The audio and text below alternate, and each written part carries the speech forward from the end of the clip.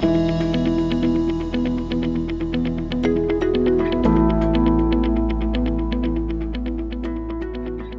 everybody, I am Dr. P.P. Bose. I am a senior consultant pulmonologist working in the southern part of New Delhi. Dear friends, I am the founder of SANS Foundation, a foundation working on respiratory and related illnesses. I am associated with major corporate hospitals like National Heart Institute, Fortis Hospital and Mulchan Hospital. I must say something very important related to our morbidity and mortality for our quality of life and the most important thing, our respiratory health. As you all perhaps agree, this is the most difficult times of the planet as far as the respirable particles are concerned. In the post-COVID scenario, the respirable particles can cause immense damage to your lung health. The study says that the biggest reason for this comorbidity is a rising level of particulate pollution in the air. As you all must be knowing that the tiny particles which get tindalized, which floats around in the air, they are called particulate pollution. They are very tiny. Tiny in the sense they are as small as 2.5 micron. They are respirable. They can get into your respiratory system from the nasal passage to the back of your nose, called the sinus, and finally can settle in the throat and finally can go into the lungs. These particulate pollutions are very dangerous. And the study says in this part of the world, the developing world, where there is a lot of building materials, a lot of combustion activities, a lot of bioaerosol, and these activities can make the air quality bad to worse, especially during changing weather. Now, what happens during changing weather? When the quality of air goes down because of the humidity and other things, this particulate pollution, they come down.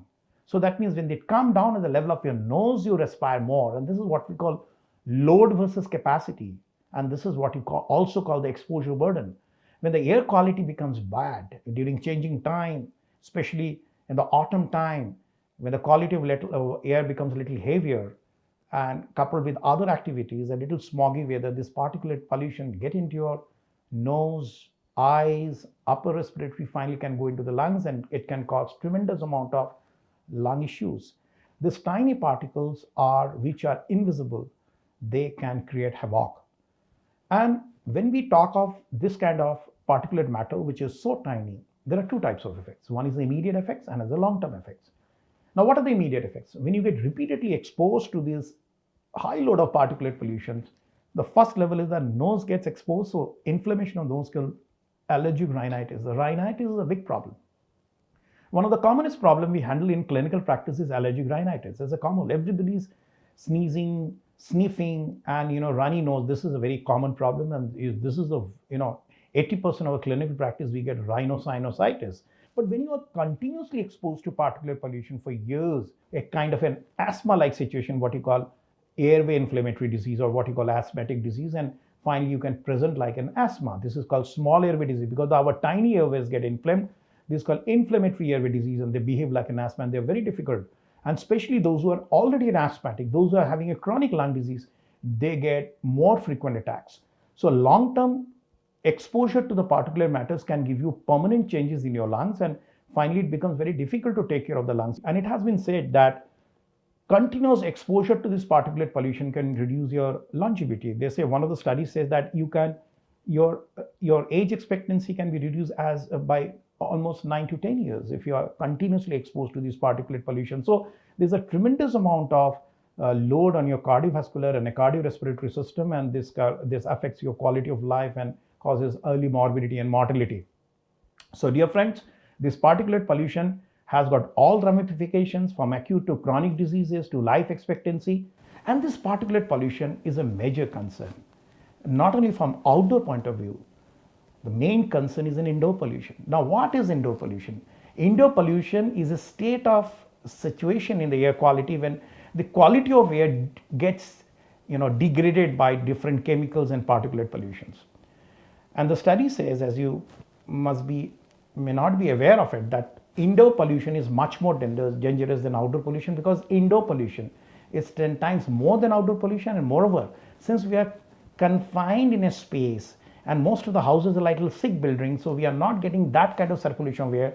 So the degree of exposure burden, which I said, that degree of injury or degree of exposure to your respiratory system is much more in indoor situation.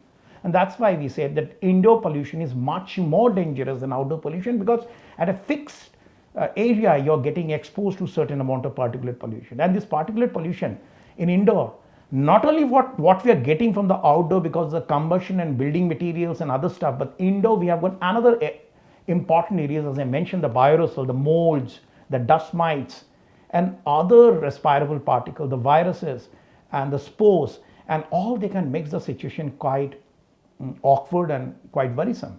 So particulate pollution in indoor pollution is a tremendous amount of concern, and as a pulmonologist and as a respiratory care physicians, and we give tremendous amount of importance to this particulate pollution in indoor situations. And as I mentioned, people in the extremes of age groups, children, elderly people, those who have chronic lung diseases like asthma and chronic bronchitis, those who have cardiovascular diseases like hypertension and heart diseases, those who are diabetic, they're tremendous amount of vulnerable to this kind of particulate pollution. Even the study says not only it affects your respiratory and cardiovascular, even recently they say the children who are born in this kind of situations, they are born little stunted, because if your lung health gets affected, so your oxygen delivery system also get affected. So it has been found the children which are born these days are a little more stunted in the developing countries, and particulate pollution plays a very important role. So indoor pollution is a new serious chapter which we are talking as a pulmonologist, and it's very important that we should somehow reduce the indoor pollution. And indoor pollution can be reduced by so many techniques, but one very important thing is what you call HEPA filters. So these are the most important thing which can really reduce your indoor particulate pollution. And this is so effective that it can take care of your particulate pollution as much as 99.7%, nearly 100%. And it can not only take care of 2 to 2.5 microns, even as tiny as 0.3 micron, these HEPA particles, they can take care of it. That means the viruses, in true sense, the viruses and the spores, which are